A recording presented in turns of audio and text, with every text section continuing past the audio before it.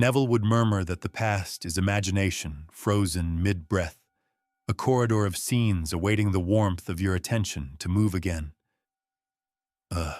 You see, not a tomb, but a theater where the curtain never truly falls. He'd hint, not declare, that time is pliable from within, that what you felt once can be felt otherwise now, and that the lock on yesterday is carved from your own assumption.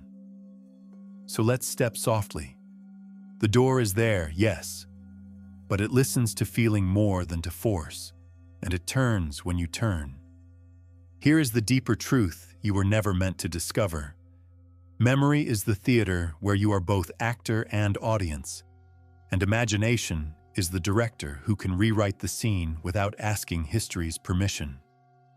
You can revise your past, not by arguing with the facts, not by spinning a pretty lie, but by changing the inner film that determines how you feel, how you choose, how you walk into tomorrow. The outer record may remain, but the inner meaning, the charge that keeps pulsing through your nerves, the spell that wakes you at 3:11 a.m., that can be recast, in minutes, in breath lengths, in the hush between two thoughts. Neville Goddard whispers through time. Assume the feeling of the wish fulfilled. Enter the scene you once survived. Live it again, but differently. Not as a victim of what happened, but as the author who now knows the end. In Jung's language, the shadow stops being a prison guard and becomes a guide. The inner child stops being a closed room and becomes a garden with a gate. Alchemy, you see, is not molten gold in a furnace. It's the warm alteration of your nervous system when you feel a new ending with your entire body. The Grail is not elsewhere. The Grail is the cup of your attention. What you pour into it becomes the elixir you will drink tomorrow morning. Let me speak to you directly, empath and seeker, mirror soul who feels the weather of the collective as if it were your own blood. You have carried someone else's weather for too long. That teacher's cold glance, that parent's unfinished grief, that lover's fear dressed as control. They walk beside you in invisible boots, and you call it fate. But fate is clay, and your hands are warm. The moment you revise, you set those hands on the riverbed and change the current by a degree. And a degree is everything. A degree is a coastline appearing where once there was only storm. Here is how you begin. Not later. Now. Sit with your spine softly tall, as if a silver thread were lifting you by the crown.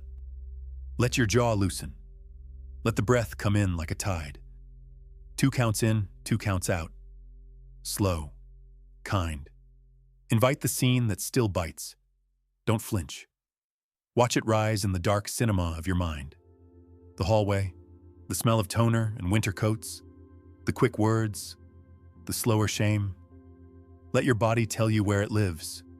Throat, sternum, belly. Place a hand there. Whisper, I am the vessel. I am the oracle. I am the author. And then do a radical, quiet act. Cut to a new take. If the door slammed in that memory, open it. If no one came, someone comes now. And yes, that someone can be you.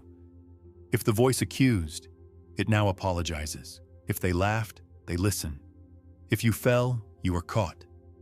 But don't watch it like a distant movie. Step into it. Feel the different weight of the air. Touch the wood of the door as it opens. Hear the phrase you needed most. Taste the relief.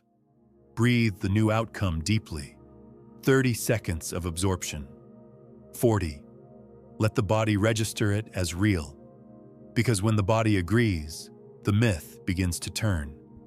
You might say, but I don't want to lie to myself. No, dear one. A lie is when you deny pain. Revision is when you reparent pain. A lie is anesthesia. Revision is surgery. A lie is plaster on a cracked wall. Revision is stepping behind the wall and moving the beam. You are not erasing, you are re-meaning. You are taking the raw scene and giving it the ending that should have been, so that its echo stops striking you in every new hallway of your life. In Jungian terms, you are entering the underworld to retrieve a fragment of the self that was left among the roots. You descend past the rumor of who you were, past the collective's iron rules, and you kneel beside the child at the threshold. You don't drag them upward with a moral lecture. You cup their face. You place the symbolic cloak around their shoulders, the one woven from 10,000 patient breaths, and together you walk out. The snake around your arm is no longer a threat. It's the Ouroboros, the circle that says, endings are beginnings, and beginnings can reach backward and heal endings. The mirror no longer distorts. The mirror returns your own eyes to you. You become a vessel, and your life begins to pour in a new direction. Let me give you a dream, a short scene I've seen in many souls. A woman stands in a forest of birches at night. The moon hangs like a pale oracle bowl in the branches. She is shivering. She holds an old letter. The words on it say, "You are not enough." She has read them so many times that they have carved a path in her chest. From the shadows, a younger version of herself steps forward, 12 maybe, freckles like soft constellations. The girl looks at the letter, then at the woman, and says, "Who told you to keep this?" The woman answers, "Everyone." The girl shakes her head. "No, you did." Then she reaches up, touches the moon.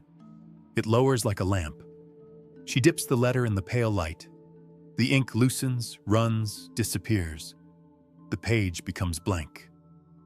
The girl writes a new line, not with pen, but with breath. "You are the one we were waiting for." They fold the page into a paper boat and set it on a little stream that wasn't there a moment ago. The boat glides away, and as it does, the trees are less dark. The woman wakes up different. Not loud different. Direction different. This is revision. Not grand fireworks. A subtle shift in the pilot flame of your being. And it turns the day. The conversation you feared becomes simple. The choice you kept postponing becomes the obvious one. Because you are no longer being piloted by an old scene's electricity. You pulled the plug. You lit a new lamp. You might wonder, can minutes do this? Minutes can change the course of a life when they are saturated with feeling. The psyche is not a spreadsheet. It is a temple. And temples respond to devotion, not duration. Give 5 devoted minutes to a memory every evening for a week, and watch how tomorrow begins to behave. The so-called rational mind will object. Let it. Invite it to sit in the pews while you conduct the quiet ritual. In time, even that skeptical voice will soften, because it will notice you moving through rooms with less static, and it loves efficiency more than it loves being right. Remember this: the past is not stone, it is clay.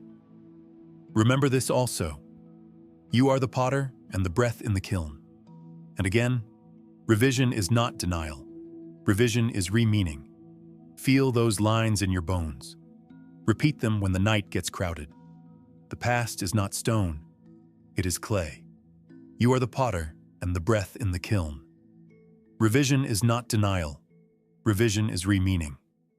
So here is a simple practice, as an initiation, as a threshold you can cross this very night. Choose a small scene first. Don't chase the dragon on the first ride.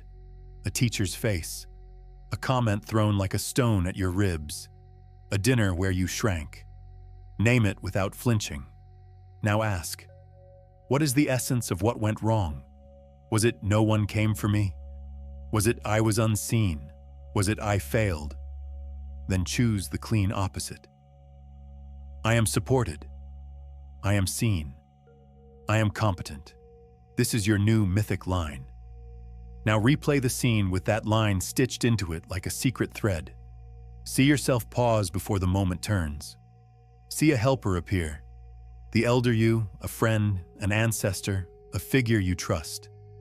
Feel their hand on your shoulder. Hear the words you needed. Watch your face change. Watch your spine lengthen. End the scene with a symbol. A door opened, a sun rising through a window, a cup placed in your hands. Lock it in with a breath and a small, simple gesture. Touch thumb to forefinger. Anchor it, then let the old version go. Do not carry both scripts like twin stones in your pockets. Place the old one on a leaf. Set it afloat. Let the river do what rivers do. Each time the memory tries to resurrect its original ending, you gently, stubbornly replay the new cut. Not with friction, with devotion. The body relearns. And as the body relearns, the world surprisingly cooperates. There is an old fear, I know. If I revise, I dishonor what I endured. No, you honor it by giving it a true resolution. The psyche seeks wholeness. It is a traveler who cannot leave a country with unfinished business. Revision stamps the passport. It says, "We have learned. We can go."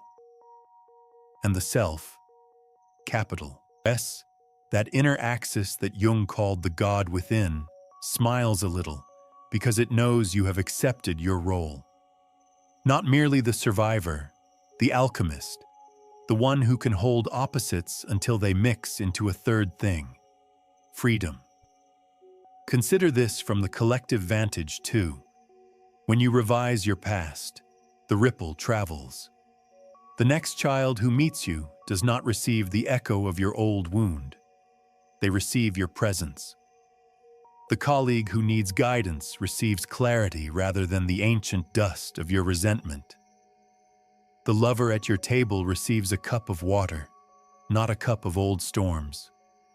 You become a clean instrument in the orchestra of all of us.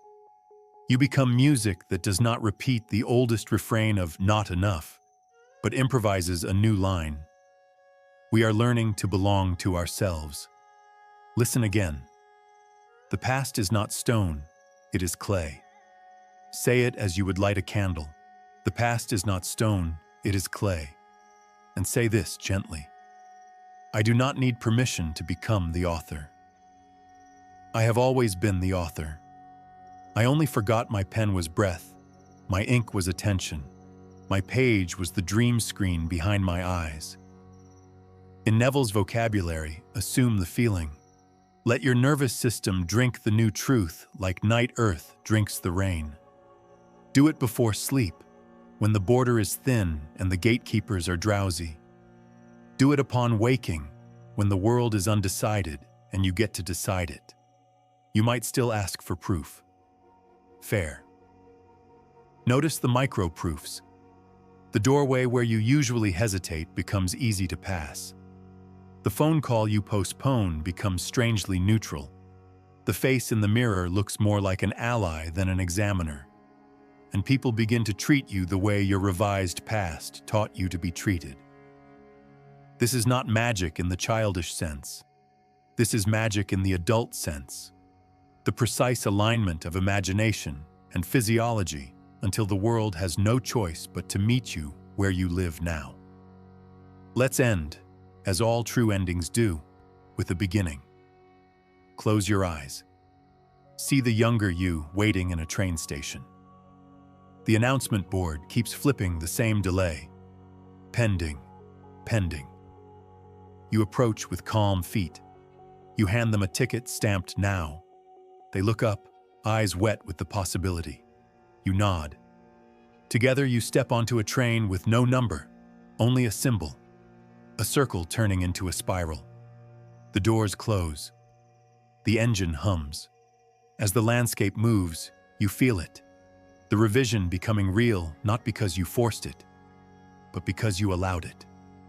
You allowed the self to choose a kinder myth and call it home. This is your initiation. This is your threshold. Practice it like a prayer and a craft. The past is not stone, it is clay. You are the potter and the breath in the kiln. Revision is not denial. Revision is re-meaning. And the life you've been trying to fix from the outside will begin to rearrange from the inside, because the script behind the scenes has changed, and you, beloved listener, are the hands that changed it.